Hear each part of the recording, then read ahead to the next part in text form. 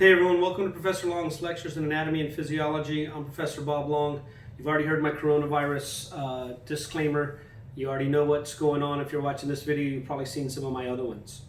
This video is intended for use by students enrolled in my Human Anatomy and Physiology course at Del Mar College. Anyone else out there in YouTube land finds them helpful?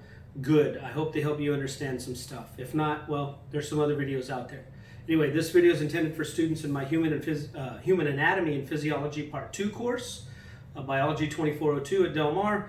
If you're watching this video, hopefully you've already watched the other two videos on the eyeball. This is the third in a series of videos on the eyeball and the anatomy and physiology of the eye.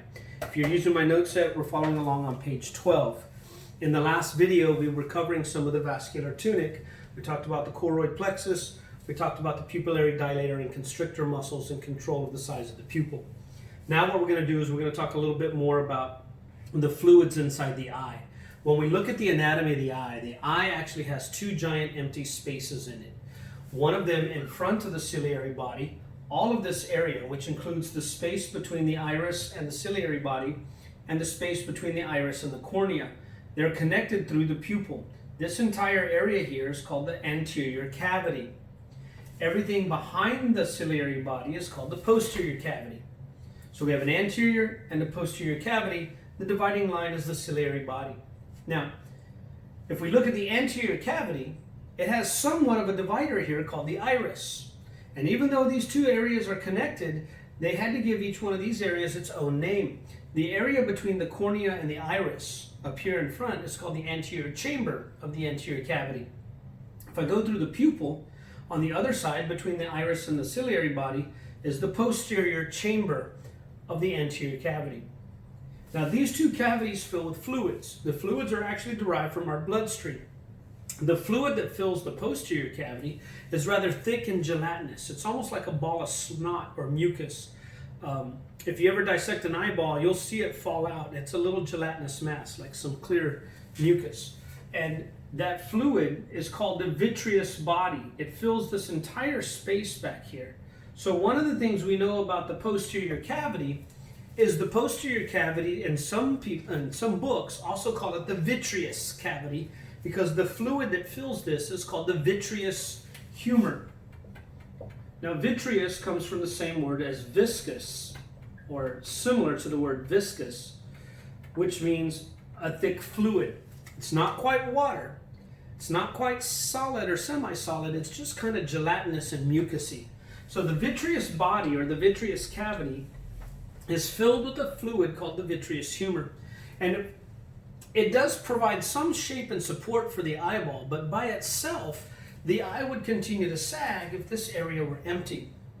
The fluid that fills the anterior cavity is more watery or aqueous. And so that fluid that fills the anterior cavity is called the aqueous humor, or the aqueous fluid.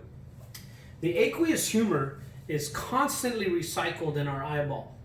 The vitreous humor is somewhat recycled. It is secreted and fills the eye, but it's much more slowly recycled.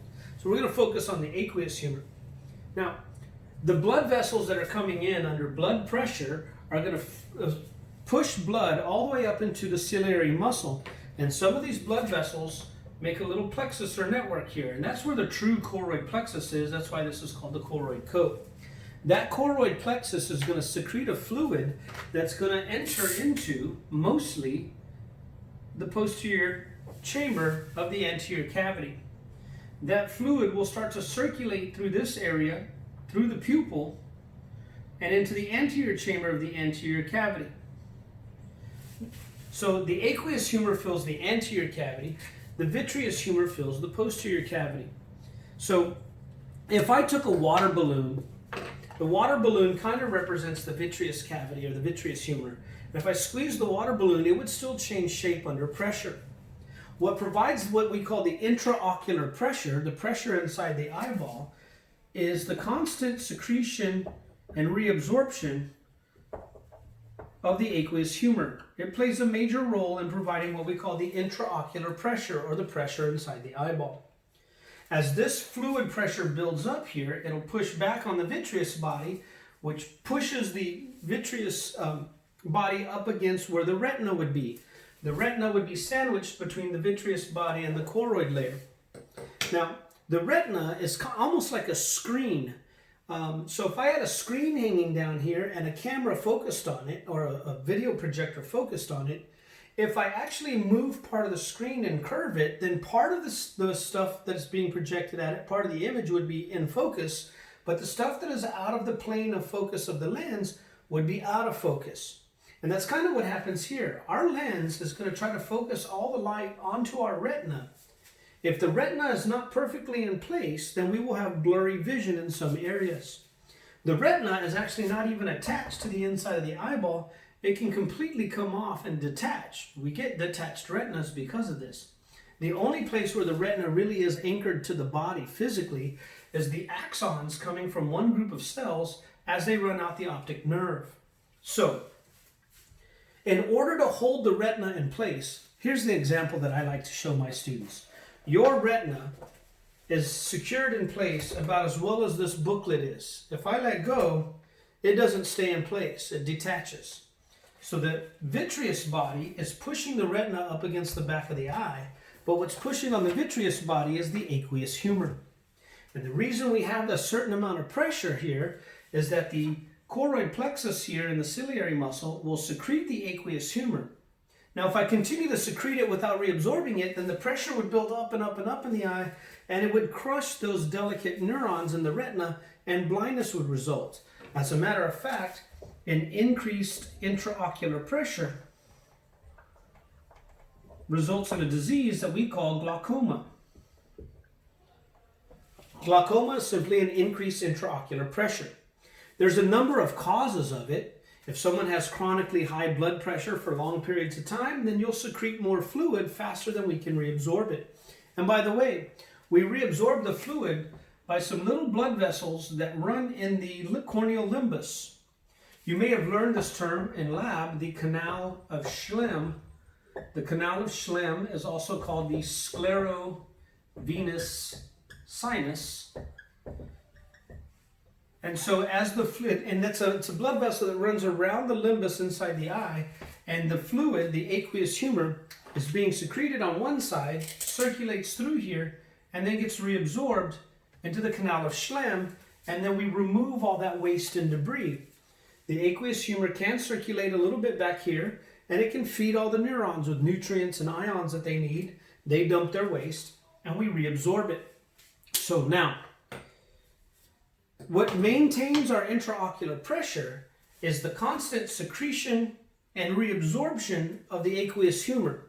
If we reabsorb it at the same rate that it's being secreted, then the pressure inside the eyeball should remain relatively constant.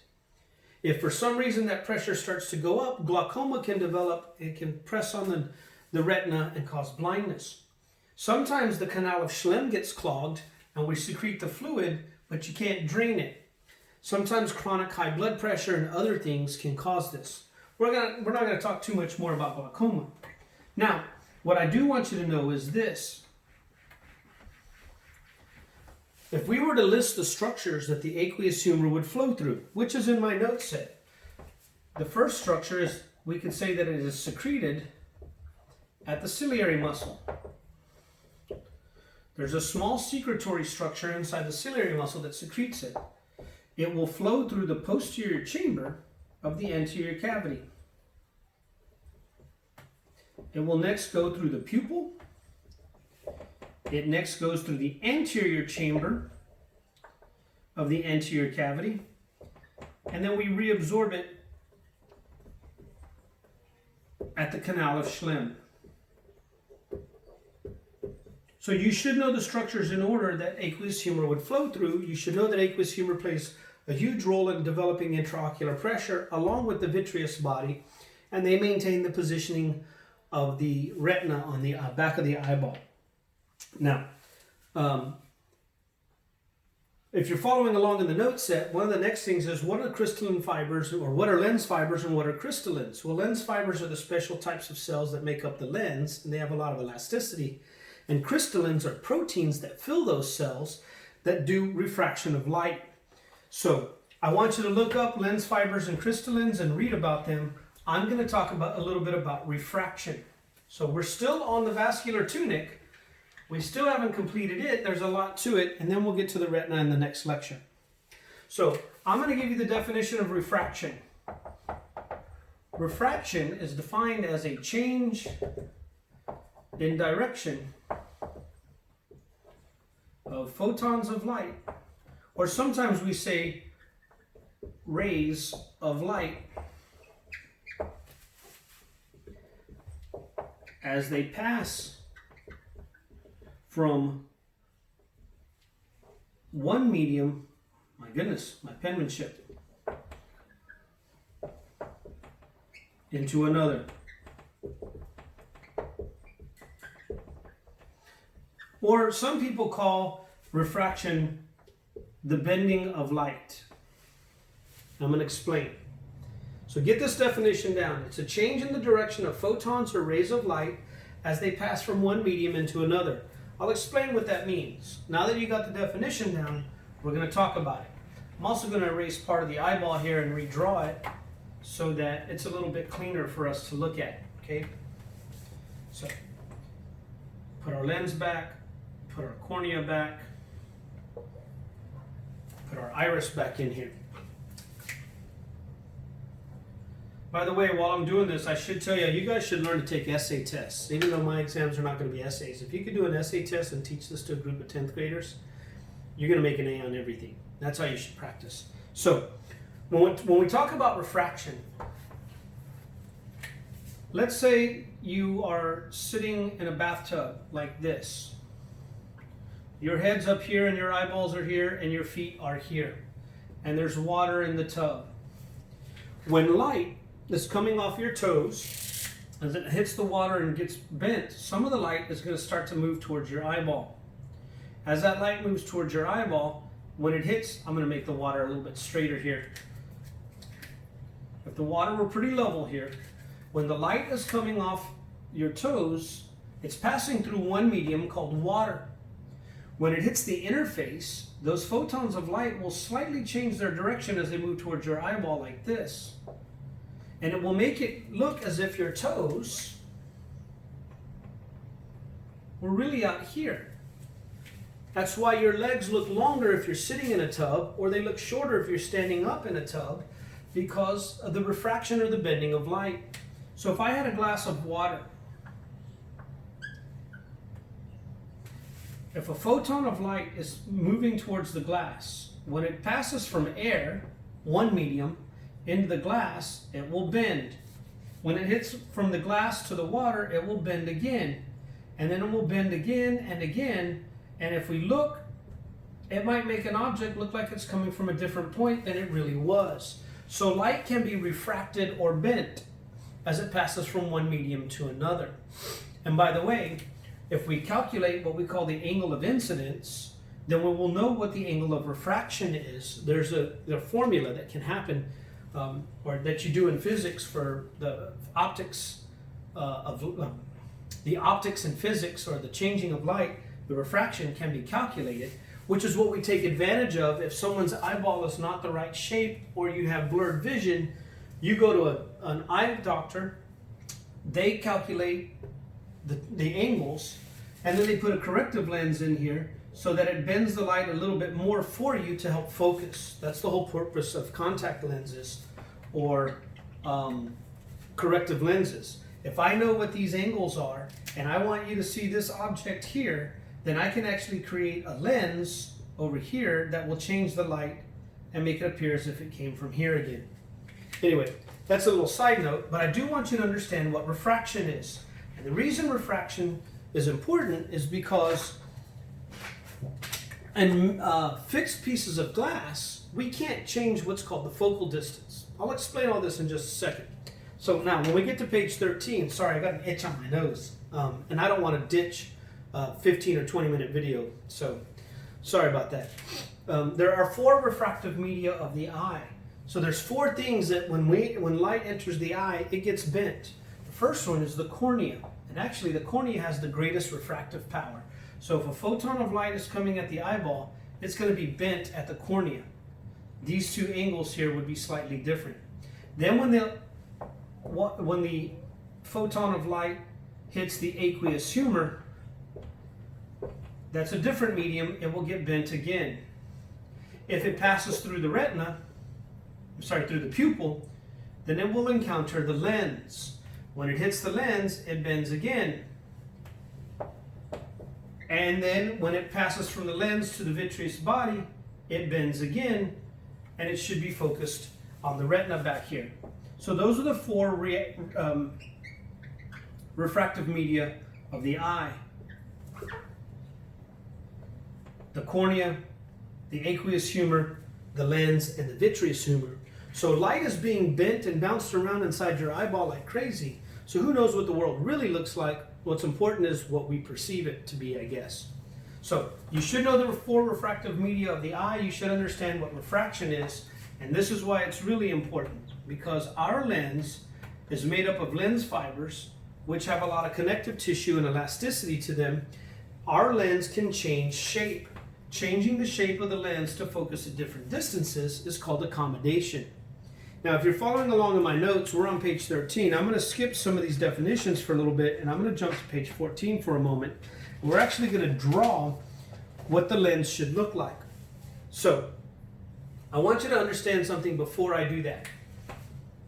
If I take a straight line, even though that's probably not a straight line, let's pretend it is, and I have a curvature here, a piece of glass that is curved. Let's say if I measure right down the middle, the arc here, the perfect bend here, is exactly equal to this perfect bend here. And the same thing on the other side. So that all of these angles and bends are the same. If I measure in some distance on this end here, then this curvature should match the curvature on the opposite side, so that my lens is uniformly rounded, so to speak. It's an oval structure. If I have a little point of light, and photons of light are going to spread out from this in an infinite number of directions, as they hit the lens, the angle of incidence, the angle at which the light comes into the lens, is going to be equal to the angle of refraction on the other side of the lens if the lens is perfectly curved equally on both sides. And eventually, all these photons of light will all eventually converge on the exact same point. To converge means to come together. To diverge means they would spread out. Our lens is a convergent lens. And that will focus them in a specific distance. The distance at which we're going to focus that is called the focal distance. Now, one of the problems with that is this. Let's say I have another point of light here. As all of these photons of light come off here, the angle of incidence might be so steep that they might focus at this distance. Now, because the photons of light act the way that they do, they would continue on and spread out, and instead of seeing a nice little purple dot, I would see a big purple blur. For example, it's like putting your pinky up against your eye. You don't really see anything but a big giant blur.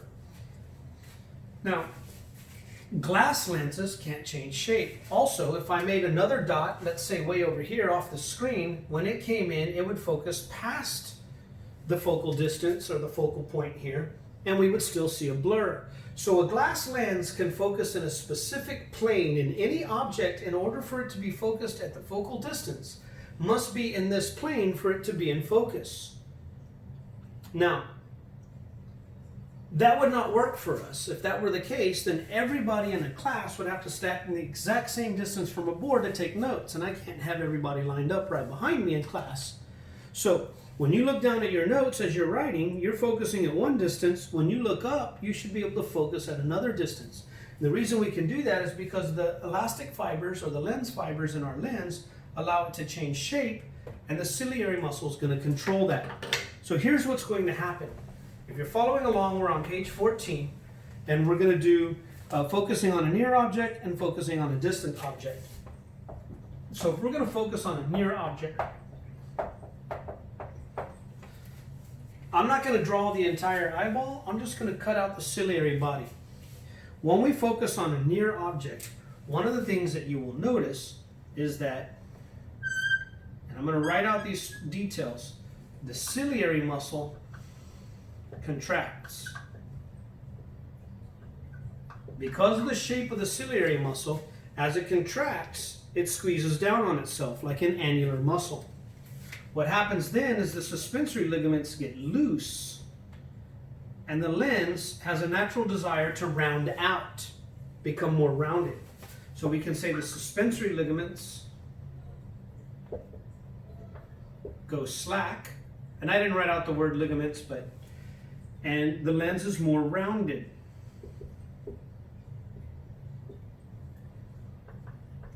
That would allow us, if our retina were at a certain distance, let's say the retina were here, then something that's up close is going to be bent and eventually focused on the retina this way. Now, if I want to focus on a distant object, then the exact opposite is going to happen with these structures, and you should know this. Okay? So, I'm going to draw the ciliary muscle, but now the ciliary muscle is farther apart. As the ciliary muscle relaxes,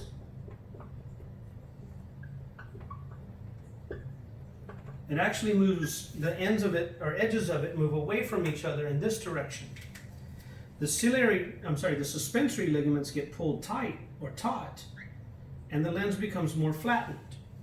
So that something viewed at a distance, it changes this angle of incidence here, and then the refraction is going to be onto the same retina, and it's going to allow us to focus. So we can say that the suspensory ligaments are pulled tight. Sorry.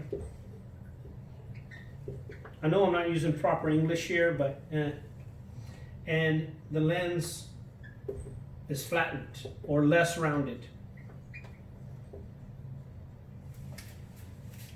So a lot of times we're going to ask questions about what's happening when you're focusing on a distant object or a near object.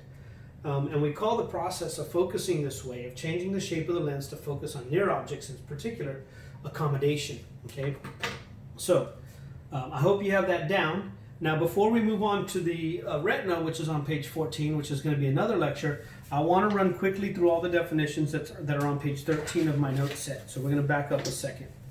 Now, I'm not going to write all these definitions out. I hope you can visualize all this. I hope you can see it. I'm going to erase all of this. I'm going to run through the definitions verbally. I'm not going to write them all out. But you can watch the video and back it up and rewatch it and hear the definitions. And you can also look them up in the glossary of the textbook. The first one that I want y'all to know on page 13 is a cataract. A cataract is defined as a loss of opacity. This word opacity comes from the word opaque. So when we define a cataract, it is a loss of opacity. To be opaque means it lets light pass through it. We don't say that the lens and the cornea are truly translucent or transparent, because not 100% of the light makes it through without being moved around some. So we say that it's opaque. It's mostly translucent, but translucent means light passes directly through unaffected. So when the lens or the cornea becomes less opaque, it becomes cloudy. So that loss of opacity simply means we get a cloudy lens or a cloudy cornea. You can have corneal cataracts and lens cataracts. That would be like looking through a mirror that's been through a piece of glass that's been frosted or is all foggy. You can't see great detail. So that's all that a cataract is a loss of opacity or a cloudiness that develops in the cornea or the lens. Accommodation is the next definition. Accommodation is the change of the shape of the lens for focusing. We've already defined that. Astigmatism is an abnormal curvature of the cornea or the lens. Now, I was just drawing this before, but if I have a lens, and our lens is not uniformly shaped, actually one side is more rounded than the other.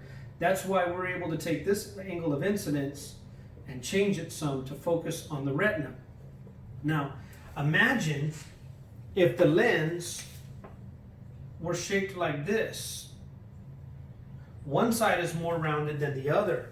This angle of incidence is not going to equal this angle of incidence. And so one photon of light, or one side of the structure will be focusing here. The other one might focus at a much greater distance. And they're not going to intersect. Sorry, I didn't draw that very well. They're not going to intersect on the retina So then you end up seeing a blur instead of a fine dot. So astigmatism is an abnormal curvature of the cornea or the lens. If we can calculate your astigmatism, then glasses can be made that will, corrective lenses can be made that will correct for that. Okay. Ametropia, which is the next definition, ametropia is normal vision, or what we call 20/20 vision. Okay. We call that ametropia. Myopia, to be myopic means to be nearsighted. In myopia, or nearsightedness, you can focus on near objects, but you don't have the ability to focus on distant objects. It becomes hard to see them. That's what I am. I can see perfectly now, but if I take my glasses off, everything becomes a big blur unless it's very close to my face. So I'm nearsighted, I have myopia. Hyperopia is farsightedness, meaning you can focus on distant objects, but you can't see up close. And there are lenses that can correct for these things. Presbyopia is a hyperopia that occurs with age due to a loss of elasticity of the lens. Our lens has the ability to flatten or round out. Now, because the lens has a natural desire to round out and the ciliary muscle is pulling it more flattened, as we get older, we can focus sometimes on near objects, but because the ciliary muscle and the lens is less elastic and solidifies this way, we can't flatten it out to focus on distant objects. This is why people will stop and read things like this, because they have presbyopia or a hyperopia. So presbyopia sometimes occurs with age, as we lose elasticity of the lens and we cannot focus on near objects, on distant objects. So presbyopia is a hyperopia or farsightedness due to a loss of elasticity of the lens. Most myopia and hyperopia, if it's not presbyopia, occurs because of this. If this is my lens, the back of the eye should be uniformly round, and the lens is designed to focus all the photons on the retina. If I change the shape of the eyeball over time, then I change the focal distance and I can't focus. You can become myopic or hyperopic due to changes of shape of the eyeball as we grow and as we age and things. So 20/20 vision, when we're 20/20, that means 20 feet at 20 feet. So if I have the Snellen eye chart, most of you have seen this, it has the letter E and then all the little letters on here that you have to read. One of those lines says 20/20. What that means is someone should be able to stand 20 feet from the board or from that chart, and if this person has normal eyesight, then at this distance they should be able to read that specific line. If you can stand next to them and read at 20 feet what someone with normal eyesight reads at 20 feet, you have normal vision or ametropia. Now the next one on the list is 20/15. That means you see at 20 feet what someone else would see at 15 feet. They have to move 5 feet closer to see that detail. So you actually have a greater ability to accommodate or focus at a greater distance. Some people refer to this as someone who has eagle eye, because you can see at 20 feet what a person with normal vision can see at 15 feet. They have to stand 5 feet closer to read that same line. So you have the ability to focus at a greater distance. People who have that, when they measure that in the military, become marksmen and snipers and things. If you are something like 20/40, that means you see at 20 feet what someone else could stand twice as far away and read that same line. So they have twice as good a vision of you, and if they're normal vision, that means you are not very good at your vision. Okay, and the larger the second number, the worse your vision is. If someone is 2200, which is the last one on the page, at 2200, even with corrective lenses, you're considered legally blind. Okay, so anyway, I'm going to stop there. We're finished with the vascular tunic. We're going to move on to the neural tunic. There'll be a couple of videos about that. Trying to finish up the eyeball so we can get on to hearing and equilibrium. I hope you learned something. I hope you had as much fun as I did. I hope to see you in the next video. Thanks for watching.